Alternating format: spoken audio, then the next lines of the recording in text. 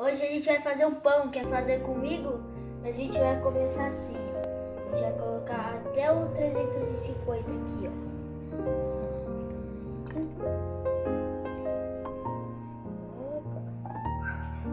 Aqui, ó. Dentro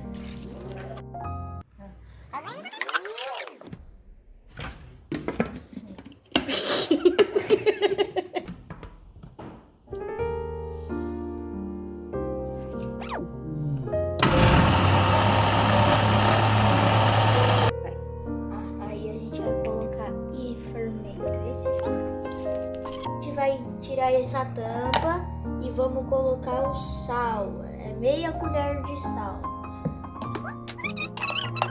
A gente vai... Assim, ó, a gente foi... Aí agora a gente vai colocar farinha de trigo.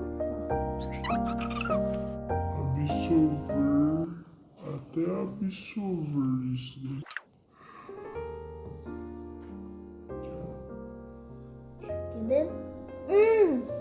Que delícia!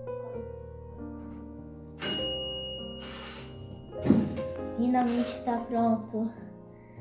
Finalmente ficou pronto. Agora a gente vai cortar um pedacinho. Nossa, isso daqui deve estar uma delícia. Vamos lá.